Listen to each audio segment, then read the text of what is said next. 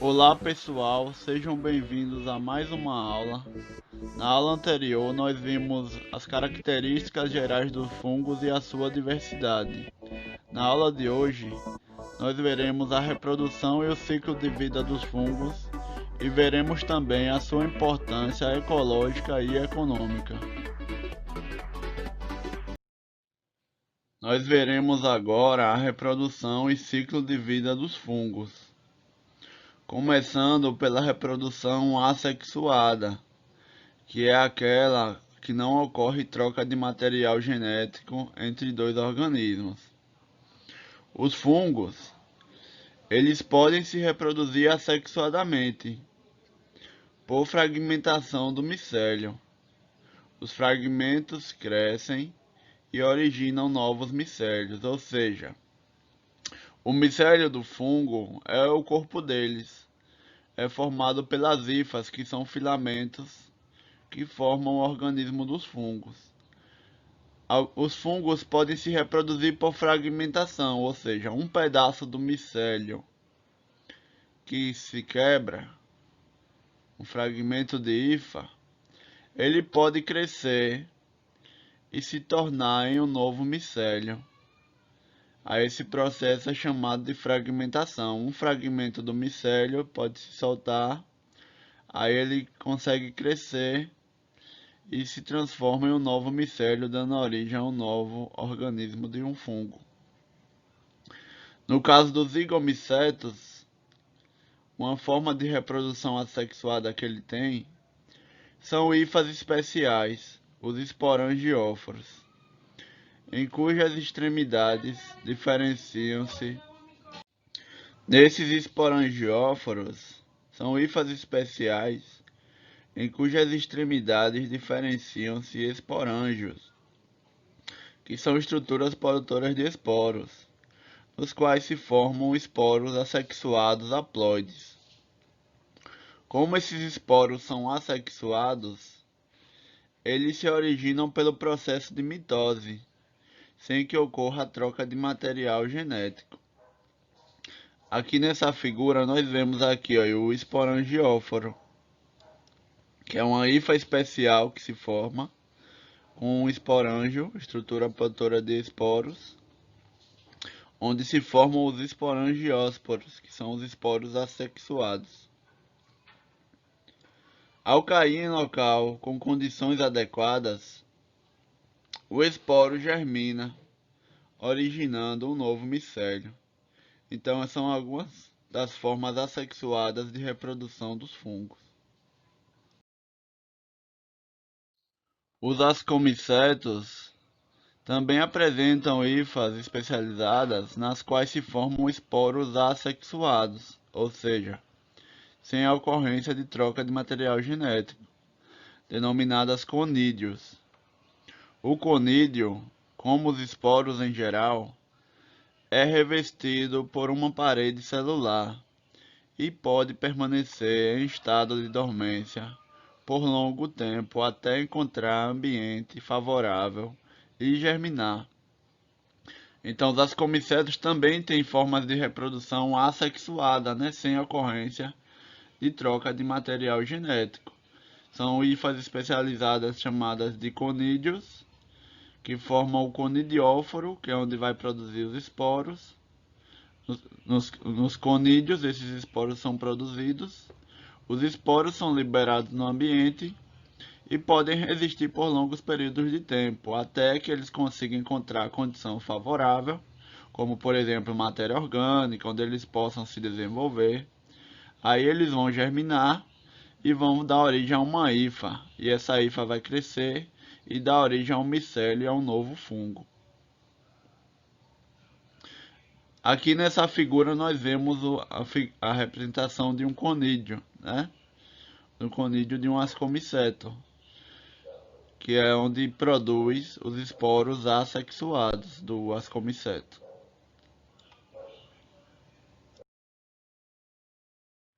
Leveduras, como Saccharomyces cerevisiae, reproduzem-se por brotamento, gemulação, onde na célula-mãe originam-se brotos também chamados de gêmulas, que separam-se da célula-mãe original, embora possam eventualmente permanecer unidos, formando cadeias de células conhecidas como pseudos micélios. Então a levedura ela produz um broto.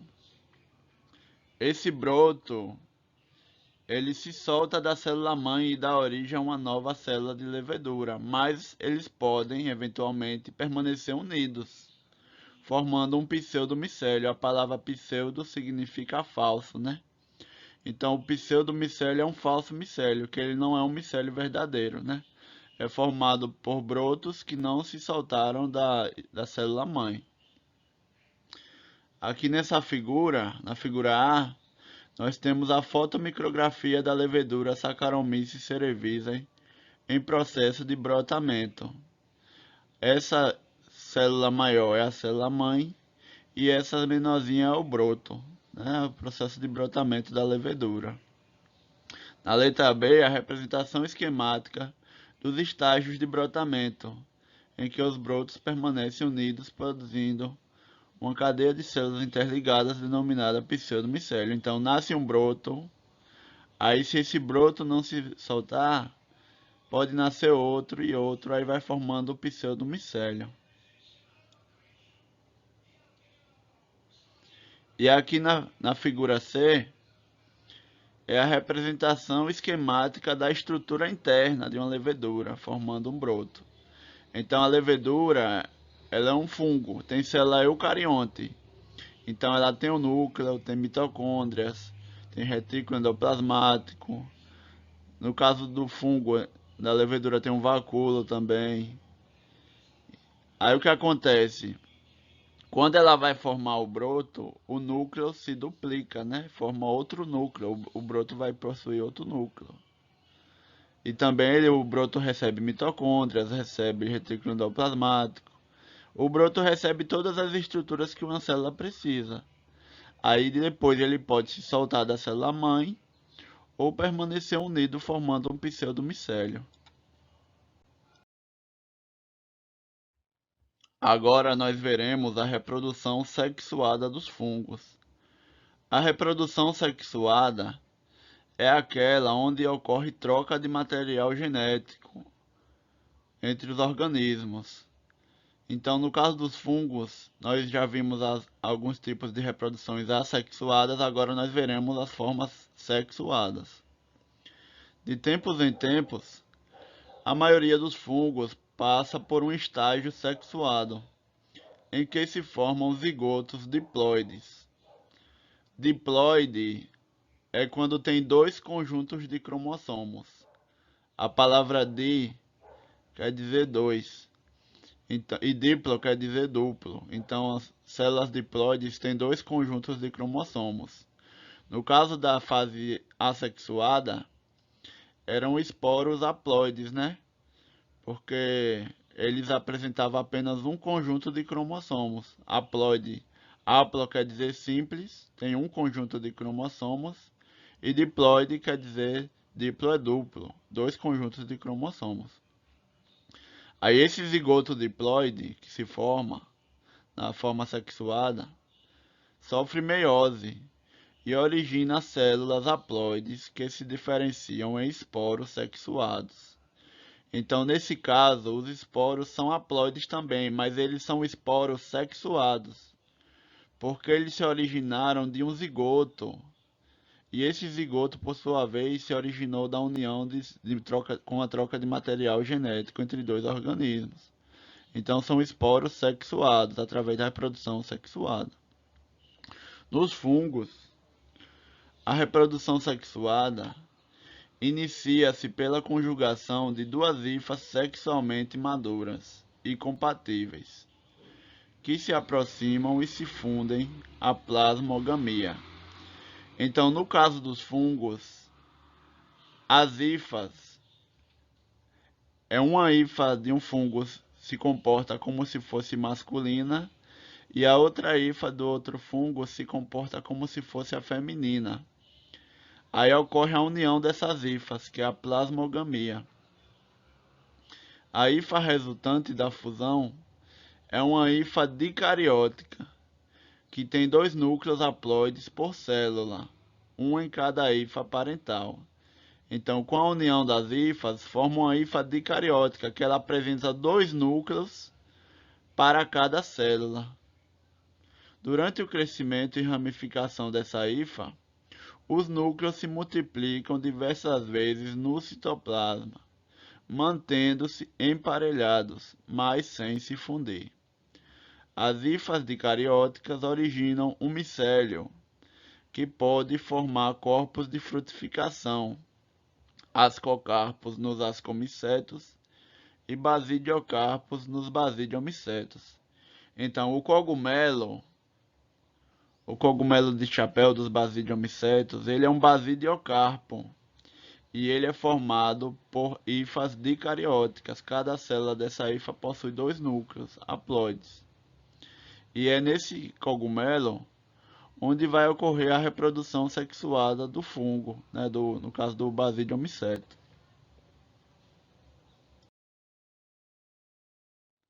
Nós veremos agora a reprodução sexuada dos fungos ascomicetos. Os ascomicetos, eles formam corpos de frutificação chamados de ascocarpos, que possuem hifas dicarióticas. Nesses ascocarpos, surgem estruturas férteis denominadas ascos. O asco é uma hifa especializada na qual o par de núcleos haploides procedentes das 2 hifas que se conjugaram finalmente se funde a cariogamia, originando um núcleo zigótico diploide. Então, nós vimos que esses corpos de frutificação têm hifas dicarióticas, cada célula tem 2 núcleos. Então, no asco, que é uma hifa especializada, ocorre a cariogamia, que é a união desses 2 núcleos. Então, os 2 núcleos haploides se juntam e formam um núcleo diploide, que é o núcleo zigótico diploide. Este núcleo diploide sofre imediatamente a meiose, produzindo esporos sexuados, denominados ascósporos. Então, esse núcleo diploide ele sofre a meiose. A meiose é um processo onde as células filhas recebem a metade dos cromossomos da célula mãe. Então, como esse núcleo diploide ele sofre a meiose, ele vai originar 4 núcleos haploides. Então, os 4 núcleos haploides, cada um vai ter metade dos cromossomos do núcleo diploide. E é um processo sexuado, porque ocorre a recombinação do material genético. Aí esses 4 núcleos haploides, eles sofrem a mitose e dão origem a 8 núcleos haploides. E esses 8 núcleos haploides vão originar os ascósporos, que são os esporos dos ascomicetos, os esporos sexuados. Aqui nessa figura, nós vemos o asco, que é uma estrutura em forma de bolsa, onde se formam os ascósporos, que são os esporos sexuados dos ascomicetos. Aqui nessa figura, nós temos a representação esquemática do ciclo sexual de um fungo ascomiceto. Então, aqui nessa figura, uma hifa se comporta como masculina e outra como feminina, né? Fusão de micélios compatíveis, a plasmogamia. Então, as hifas, para elas se juntarem, elas têm que ser compatíveis. Uma é como se fosse o masculino e a outra é como se fosse o feminino. Aí ocorre a plasmogamia. Com essa plasmogamia, se formam as hifas dicarióticas, que são hifas que têm 2 núcleos em cada célula. Essas hifas dicarióticas formam um micélio, um corpo de frutificação chamado de ascocarpo. Lá dentro desse ascocarpo, algumas hifas dão origem aos ascos, que é uma estrutura especializada, que ocorre a fusão dos núcleos. Em algumas dessas hifas ocorre a fusão dos núcleos, originando um zigoto diploide, que é um núcleo com dois conjuntos de cromossomos. Esse núcleo diploide, esse zigoto, sofre a meiose zigótica, originando 4 núcleos haploides, cada um com a metade dos cromossomos do núcleo diploide.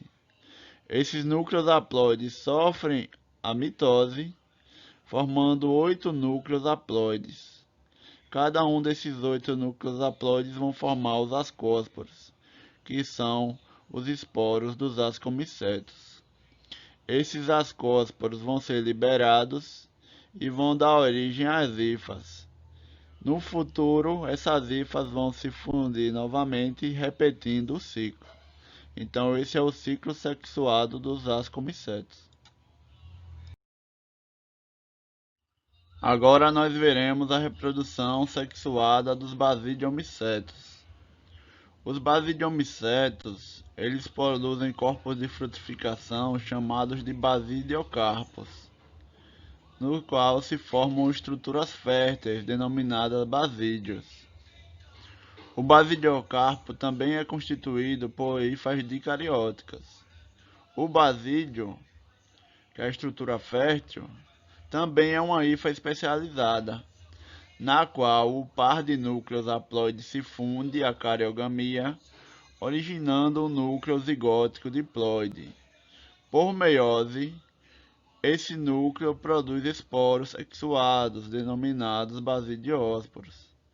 Em muitos cogumelos, os basídios localizam-se nas finas lamelas existentes na face inferior do chapéu do basidiocarpo. Então, no cogumelo de chapéu, na parte inferior do chapéu dele, é onde se encontram os basídios, que são as estruturas especializadas em produção de esporos sexuados, os basidiósporos.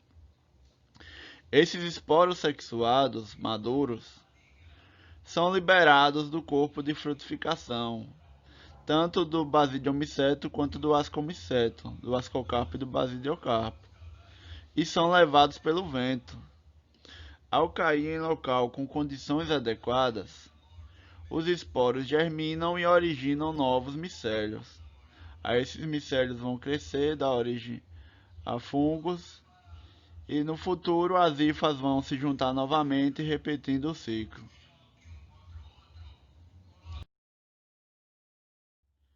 Aqui nessa figura nós temos a representação esquemática do ciclo sexual do fungo Basidium micetum.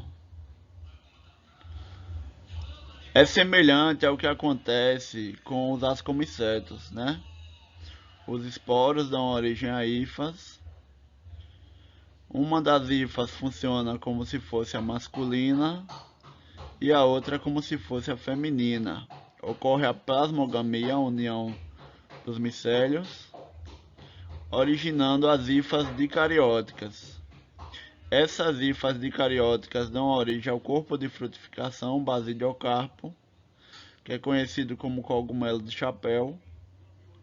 Lá na parte inferior do chapéu, originam-se hifas especializadas, os basídios, que é onde ocorre a fusão dos núcleos, originando zigotos diploides, 2N, com dois conjuntos de cromossomos. Aí esses zigotos diploides sofrem a meiose zigótica, originando 4 núcleos haploides. Esses 4 núcleos haploides se transformam em basidiósporos, que são os esporos dos basidiomicetos. Esses esporos são liberados são levados pelo vento. Ao encontrar condições adequadas, eles originam as hifas. Essas hifas vão crescer e no futuro vão se juntar novamente e repetir o ciclo sexual do basidiomiceto. Aqui na figura C tem a representação esquemática da formação do basídio. Então, na hifa dicariótica ocorre a fusão do núcleo, originando o zigoto 2N. Aí esse núcleo sofre a meiose, e originam os núcleos haploides. Esses núcleos haploides vão se fixar em estruturas semelhantes a dedos, chamadas de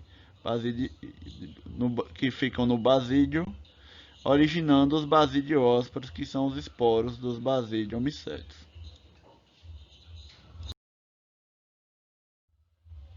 Agora nós veremos os líquens e as micorrizas, que são associações mutualísticas que os fungos fazem. Certas espécies de fungo vivem em associações harmoniosas com outros organismos, trocando benefícios. Duas associações desse tipo são os líquens e as micorrizas. Líquens são formados pela associação cooperativa de ascomicetos com algas ou com cianobactérias. Geralmente são com algas verdes, as clorófitas. E também com as cianobactérias. O corpo de um líquen contém, em geral, 3 camadas. As duas externas são constituídas por hifas do fungo, bem unidas e compactadas. A camada mais interna é formada por células da alga ou da cianobactéria e por hifas do fungo frouxamente entrelaçadas. Então, as hifas de fora, como são mais compactadas, elas protegem a parte interna, onde ficam as algas, que é mais frouxamente entrelaçada. Nessa camada, as hifas associam-se intimamente às células das algas, ou seja, as hifas entram em contato direto com as células das algas, das quais extraem substâncias nutritivas, como açúcares, aminoácidos, lipídios. Por sua vez, graças à associação com o fungo, as algas podem viver em ambientes inóspitos, como rochas nuas e troncos de árvores ressecados, em um tipo de relação ecológica denominada mutualismo. Como as hifas do fungo protegem as células da alga, ela consegue sobreviver em locais que seria impossível dela sobreviver, como rochas nuas e troncos de árvores ressecados. Os líquens reproduzem-se de forma assexuada, por meio de sorédios, que são partes especializadas do líquen, que possuem tanto as hifas do fungo quanto células de alga. Esses sorédios se destacam do líquen original e podem originar novos indivíduos. Então, o líquen ele solta pedaços contendo hifas e células de algas chamadas de sorédios. Esses sorédios, ao encontrar a condição adequada, ele vai crescer originando um novo líquen.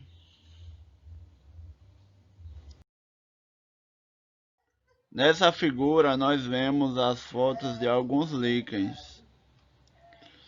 Na figura A é o líquen Cladonia carneola com cerca de 3 milímetros de altura. Então esses organismos eles são líquens. São associações entre fungos ascomicetos e algas verdes ou cianobactérias. Então, se vocês já viram um organismo desse em troncos de árvores, em rochas, pois agora fiquem sabendo que se trata de um líquen, que é um organismo formado por dois organismos, é uma associação mutualística entre fungos ascomicetos e algas verdes ou cianobactérias. No da figura B, é o líquen Caloplaca elegans, cujos lobos medem cerca de 1 milímetro e a colônia pode atingir até 4 centímetros de diâmetro. Aqui na figura C é a representação esquemática de um líquen, mostrando sua estrutura microscópica. Esses filamentos representam as hifas dos fungos, e essas bolinhas verdes estão representando as células da alga.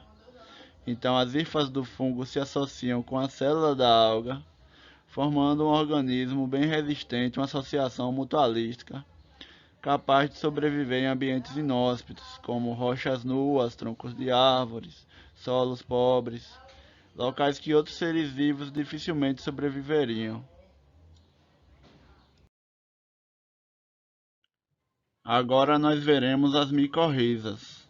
Essa palavra vem do grego miketos, que significa fungo, e rhiza, que significa raiz. São associações mutualísticas das hifas de certos fungos com raízes de plantas. Então é uma associação mutualística de troca de benefícios, onde ambas as espécies são beneficiadas. Devido ao fungo, a planta consegue absorver melhor minerais escassos no solo. Por sua vez, o fungo também se beneficia da associação, obtendo da planta açúcares, aminoácidos e outras substâncias orgânicas das quais se nutre. Então é uma troca de benefício.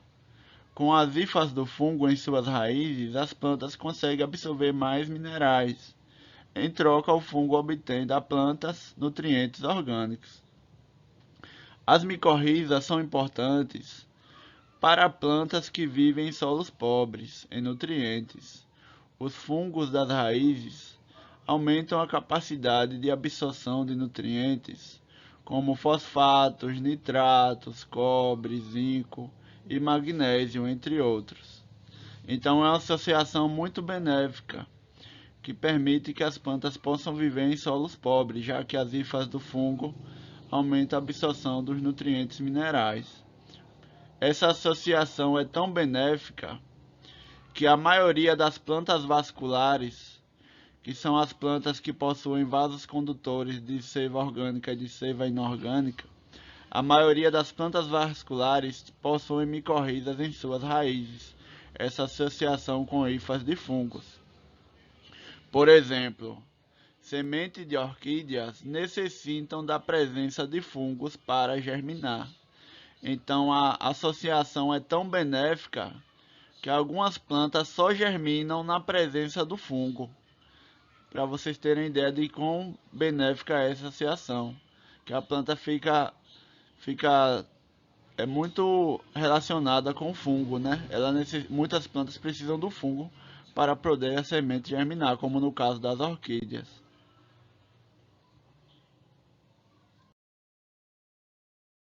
Aqui nessa foto nós vemos as hifas dos fungos na raiz da planta, né? É o que chamamos de micorrizas, né? Que vem do grego miquetos, fungo, e rhiza, raiz.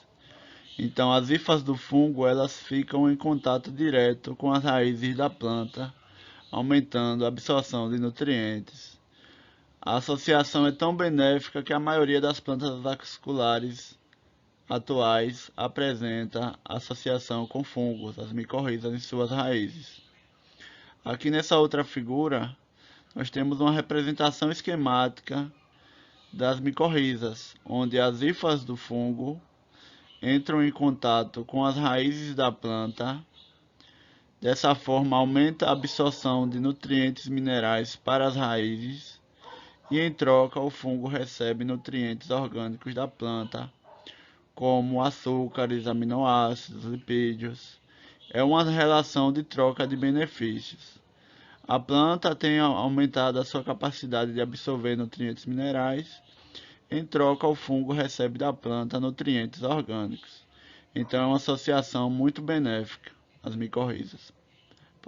É benéfica para ambas as espécies, né? Uma troca de benefícios.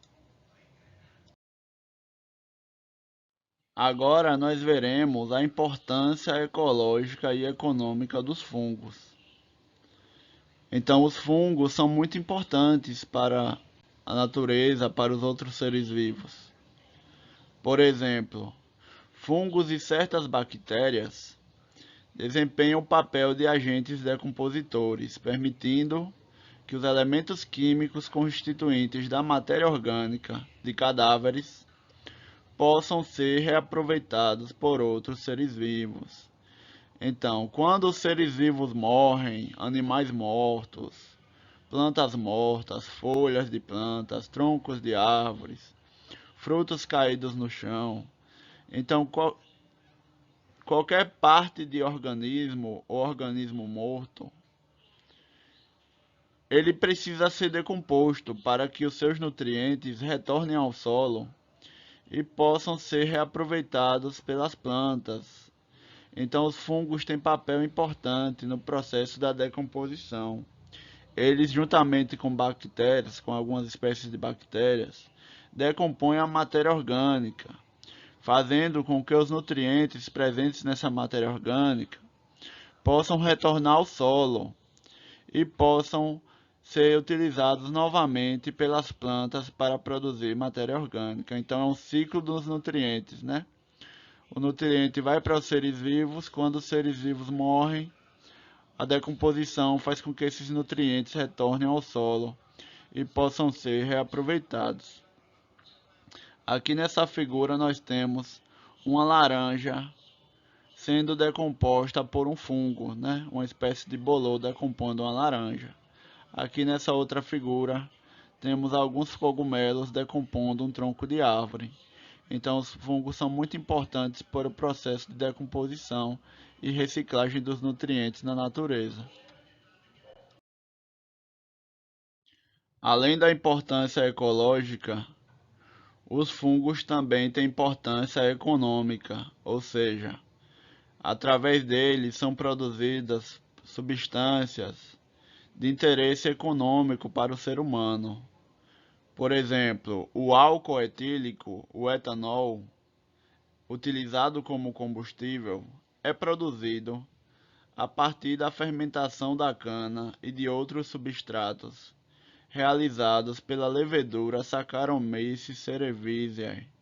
Então, o etanol utilizado nos carros como combustível, que também é misturado com a gasolina para ser utilizado nos automóveis e que também pode ter outras utilidades, como por exemplo, álcool para limpeza. Então, o etanol ele é produzido a partir da fermentação do caldo de cana, né? A fermentação da cana e de outros substratos pela levedura Saccharomyces cerevisiae. Então, o fungo tem um papel importantíssimo na produção do etanol. Sem essa levedura, não seria possível produzir esse etanol, né? Então, é muito importante, os fungos também têm importância econômica, né, na produção do etanol.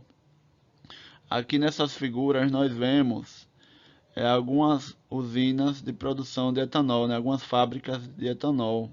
Nessas fábricas, as leveduras são colocadas em contato com a cana, né, com o caldo de cana, e a partir daí elas realizam a fermentação e produzem o etanol, que é o álcool etílico, o etanol. Os fungos também são importantes na indústria farmacêutica. Por exemplo, fungos da espécie Rhizopus nigricans e Curvularia lunara são fontes de esteroides anti-inflamatórios, como cortisona, hidrocortisona e prednisona. Então, esteroides, substâncias utilizadas em tratamentos de algumas doenças, de alguns problemas de saúde, são produzidos a partir de algumas espécies de fungos. Outras espécies de fungos são utilizadas pela indústria farmacêutica na fabricação de vitaminas, hormônios esteroides e antibióticos como a penicilina. Por exemplo, a penicilina, que foi o primeiro antibiótico a ser descoberto pelo médico Alexander Fleming, ele foi obtido a partir do fungo do gênero Penicillium. Então, o primeiro antibiótico foi produzido a partir de um fungo.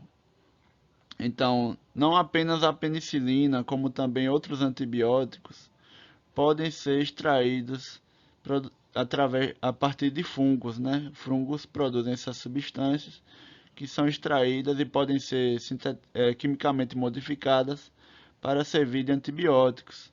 Também hormônios esteroides, anti-inflamatórios esteroides, né? Também são retiradas de fungos. São produzidos por fungos, como também algumas vitaminas. Então, os fungos têm muita importância médica e na indústria farmacêutica. Aqui temos algumas figuras, a penicilina, o primeiro antibiótico, descoberto por Alexander Fleming, que foi obtido a partir de um fungo, Penicillium. Aqui, né, tem uma figura da prednisona, que é uma substância que também pode ser extraída de fungos, né? Então, os fungos têm muita importância também na indústria farmacêutica.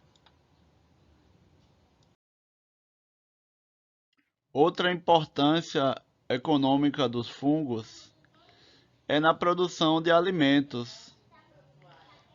Por exemplo, leveduras e outros fungos são empregados pela indústria alimentícia na produção de pães, vinhos, cervejas, queijos, molho de soja, picles.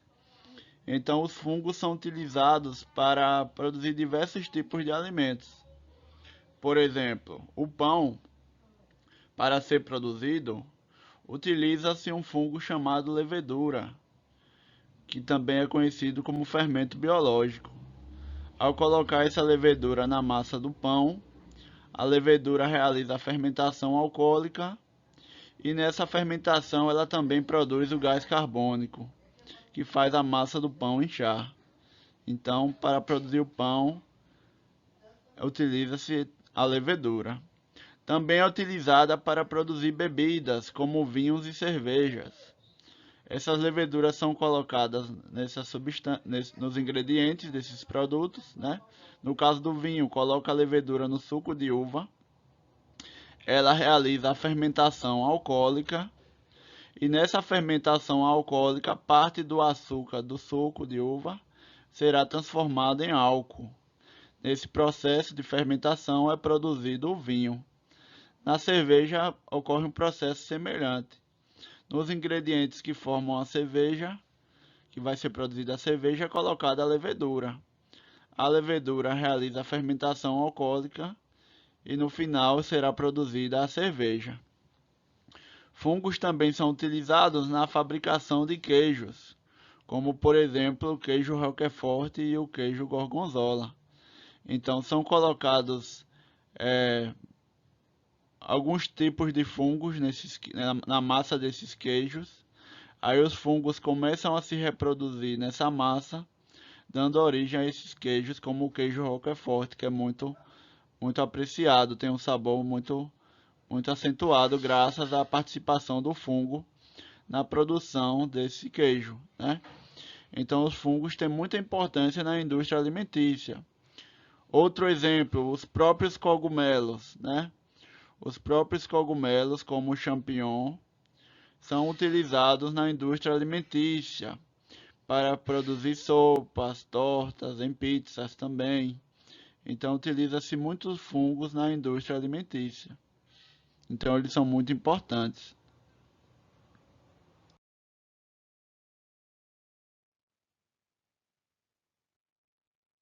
Então, pessoal, nós estamos chegando ao fim de mais uma aula. Muito obrigado a todos.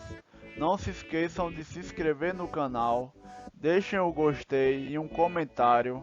Qualquer dúvida podem me perguntar. Muito obrigado a todos e até a próxima. Valeu!